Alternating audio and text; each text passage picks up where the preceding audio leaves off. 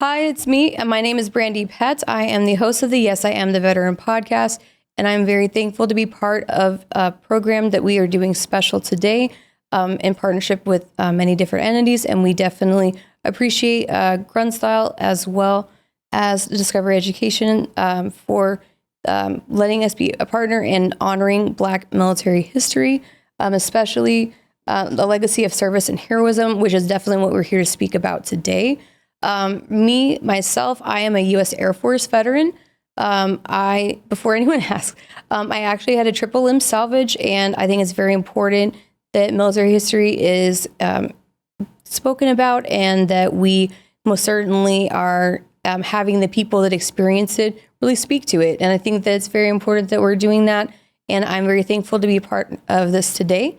But I will go ahead and introduce our co-host, which is going to be Mr. Daniel Flint. And Daniel, tell us about yourself. I would like to thank Brandi, you for agreeing to, help put this on, and Grunt Style especially, and the other entities, Bossell Watches as well, for supporting this program and supporting this project. I'm a high school educator with Duval County Public Schools in Jacksonville, Florida, and I'm also a Discovery Education Network Star Educator, or otherwise known as Den Star Educator with Discovery Education. What we're doing today is honoring the history and legacy and heroism of African-American veterans from the Revolutionary War all the way up through the present day military operations. And a lot of that story, I think, has been lost over the years. And what I wanted to do was bring in the experts from those fields to tell those stories. And I brought some amazing guests in, and they're going to be able to tell their story today. I really want to just shine a light on that history, because again, I think, a lot of it gets, kind of brushed aside, and I really just want to just shine a light on it and show the world how African Americans have truly impacted this nation militarily. Absolutely. From 1776 all the way up to present military operations. Absolutely. And it's a great project, and we are thrilled to introduce our very first guest. And we are going to be having our first guest speaker start speaking, and that's going to be Mr. Timothy McCoy. Thank you so much, sir, for coming on. And how about you introduce yourself? Yes, my name is Timothy McCoy. Most people call me T-Mac. I operate a mobile museum called Winged Warrior, Inc. I'm also the national historian for the 82nd Airborne Division Association. I'm the national historian for the 505th Panther Association. I'm the national historian for 2nd Ranger Infantry Company, and I'm the national vice president of the 555 Parachute Infantry Association. So for people that don't know, the 555 is also called the Triple Nickel, and they are very, very well known in history. And honestly, we were going to expand on more of that today, and very thankful that you're able to do that. And you yourself are a paratrooper, is that correct? That is correct. I went to airborne school in 1986. My service dates were from 1984 to 2010. That was the fun time in the 80s, especially. Yes, it was. The Reagan years. I know. But so what was it like being a paratrooper? Well, my father was a paratrooper, and two of his brothers were paratroopers. I have a great uncle who actually came into the Triple Nickel in 1947, at the end, 1947. December is when they went over and became 3rd and 505th. My brother was an airborne instructor. Me and my brother Chris, we served in the 82nd together. And my daughter was also a paratrooper in Alaska. Really? Yes. Wow. In Alaska. Can you imagine jumping in Alaska? No, I don't. Like landing a glacier or something? I do not even want to consider jumping in snow. It was hard enough to jump on runways or, things like that. So, yes. I was very thankful to actually go up in a Huey with Round Canopy parachuting team during one of their events recently. And that was a pretty amazing to watch a tandem jump and to watch everyone jump in, like, I guess in tandem in history to what, people did in World War II. And I really thought that was amazing to see that, like, in real life, like history really, I guess, reenacted, which is something you don't see. And I think that's amazing that you're able to speak to so many different things and you're a man of very many hats and you're able to really keep history alive, which is important. Because reading a history book is one thing, but speaking to people that quite literally experienced it is something so much different. Yeah. The thing I found out about history is there is a story that is being told, but generally there is a portion that is not known. Absolutely. And it's important to get that whole story together. Mm-hmm. You know, people say, I know this story, but generally there are pieces that you don't know that are just as important. Yep. What do they say? History is written by the victors. That is correct. Quite a bit all the time. So that's why we're very thankful we're able to do something like this today and partner and get so much more information. And I know Daniel is definitely going to start with his question. So thank you very much for introducing yourself and take it away, Daniel. One of the really amazing things about being an educator is that you run across so many interesting people. And being an educator, I got a chance to jump with our CPT USA, and later on they made me their team historian. And while researching the history of the paratrooper, you know, I came across individuals that, you know, other individuals like AC Coley and yourself. AC is going to be meeting later on a little bit today. And going through, we started talking about just the history of the Revolutionary War, and then that got me thinking more about combat operations during the war, who was involved, and how that was kind of done. So from that perspective, I want to, you know, based on what you studied and the information that you know, what were the social conditions like for black troops during the Revolutionary War? Okay, so in the Revolutionary War, there were only basically three regiments that were black. Everybody else was together. It wasn't, now in the beginning, there were, you know, they put blacks on details, but that stopped by the end of the war. But there were independent black units like Bucks of America. And I think that's important because Primus Hall, Prince Hall, founder of Prince Hall Masonic Lodge, or the African Lodge, were members. You had the 1st Rhode Island.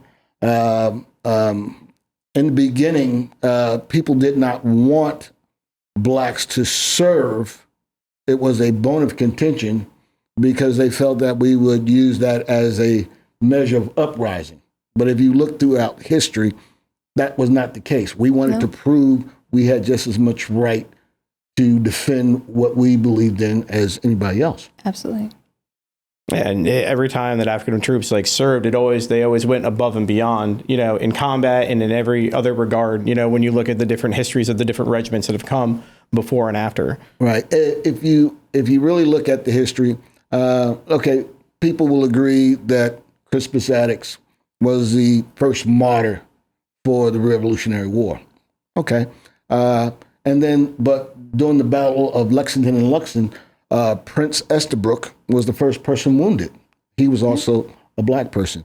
And if you go through history and you look, the War of 1812, one of the main reasons that American declared war on Britain, other than, you know, there were other reasons, but there was a ship that was taken over. The British would come in, commandeer troops off the ships. What they did is they took, I believe it was 3 black sailors and hung 5 white sailors. And that precipitated going into the War of 1812. If you look at the Mexican-American War, the reason for that right here in San Antonio was that Mexico said, hey, you can come here. But the second president of Mexico was a man of color. And so he had forbidden slavery, and they said, you can come, but you can't have slavery. In fact, the Mexican government allowed blacks to have citizenship and land. Mm-hmm. But the settlers was like, no. And Santa Anna himself came up here and he was like, hey, you can't do this. And we had another war. So, yeah. So the first couple of wars were issues over, heavily involved African Americans. And so what were the social conditions like for black troops during any of those wars you were speaking of? Well, so like I said, it was more equal in the Revolutionary War. And then most people don't realize, you hear about black sailors in the War of 1812, not many black soldiers until the Battle of New Orleans. And that was because the Militia Act of 1792 forbid blacks to join. They used that as a measure of blacks not joining. It said for every able-bodied white man, and to bear arms, and so blacks were taken out of the Army. Blacks were allowed in the Navy, but they were not allowed in the Marine Corps, and which is, they were saying 1942, Mumford Point Marines. Well, in the Continental Marine Corps, there were 12 black Marines. They don't get any credit. And were African Americans drafted, or were they allowed to enlist? In which war? In either of them, because I know there were times that they were and were not. In the Revolutionary War, blacks came in. They were not really drafted because it was a bone of contention that blacks were serving to white Southerners, not to everybody, to white Southerners. As a matter of fact, there's a point when they said blacks were not allowed. Blacks were already there, but they didn't do anything to get them out of the military because a lot of the slave owners would send a black to serve in his stead. You know what I mean? Yeah. So now the War of 1812, at the Battle of New Orleans, you had 2 regiments of freedmen there already. And that was because during the Louisiana Purchase, the rules that were in place had to be maintained. And in their rules, under the French, blacks were given the right to bear arms. That's why they had battalions already. Andrew Jackson came up and said, hey, I need some slaves to help. I'll free you. They fought. They won. And then he said, okay, slaves, go back to being slaves. Now, subsequent wars, Civil War, things got rough. It was rougher. You had black units. We were not together. Spanish American War, the Indian Wars, up until Korea, we did not serve with other races. It was black units. So the individual units themselves, the social conditions compared to the white units, what was the disparity, the difference? So if you go into, I'll just take World War II, for instance. That's my favorite time. They made do with what they had. You know what I mean? Most units had white officers, and they was generally Southern officers, and they kind of didn't have the support of the troops, but units like the Triple Nickel had a black battalion commander, although he was a captain instead of a lieutenant colonel. But they made their own due. As a matter of fact, I've talked to several members who were in the formation when Gavin brought them into the 82nd, and they said they cried. They had rather have been, the way they were, because they could take care of each other, and they didn't trust anyone else to take care of them. Yeah, and that's the one thing that is so important, is that sense of a community or camaraderie. That's correct. Because supporting yourself when your family is so far away, they are your family. That's right. They say that there is no stronger bond between 2 men than those who've served together, especially those who've been to combat together. Yep, absolutely. You could not say more true words. One of the big things as an educator, looking at, because the target audience for this is the high school classroom, looking at teaching the Revolutionary War, what is the big takeaway for African Americans serving during the war that you would want to sit there and tell? Well, during the the Revolutionary War, like I said, there were 3 black known regiments, and even the British had the Ethiopian regiment. We fought in every battle and campaign. It wasn't, and we wasn't forced to fight. Everybody volunteered to fight. You had people like heroes that we don't talk about. The Peter Salem Poor. These people were big at the Battle of Bunker Hill. I would say study, look into the history, and you'll learn. You'll get a lot. It's not that it's not there. You have to look at it. You got to look for it. Yeah. And I know when I was running for Miss Veteran America, we were learning quite a bit about Cathay Williams. Oh, yes. And, and how important that was, because she enlisted as a man, she was injured, and then that's how they found she was female, but she had a commendable amount of service. Right. So I'm going to say this. because you're an educator. I attended a class, and we were talking. They said at the end of the Civil War, the Army came up with 4 regiments. That's not true. They came up with 6 regiments. There was the 40th, the 41st. Let me start over. There was the 38th, the 39th, the 40th, and the 41st Infantry, 9th, 10th Cavalry. So if you take those out, which were formed in 1866, and I think they didn't divide the 4 infantry regiments up until 1869. If you just skip those years, you're taking Kathy Williams out of the equation. You're taking certain Medal of Honor winners out of the equation. It's important to understand that there were 6 regiments of infantry and 2 regiments of cavalry, and later on they condensed and became the 24th, 25th. And if you do that, then you'll capture the history of Kathy Williams and the accomplishments she made, being the first, the only female Buffalo soldier ever. Now, you do have people like Harriet Tubman. Going too far. I'm sorry. Well, so, looking forward, like, what advice would you give viewers, watching this program, this segment right now? What advice would you give them? And where to potentially look this information up, or if they wanted to learn more, where would they go? I usually visit.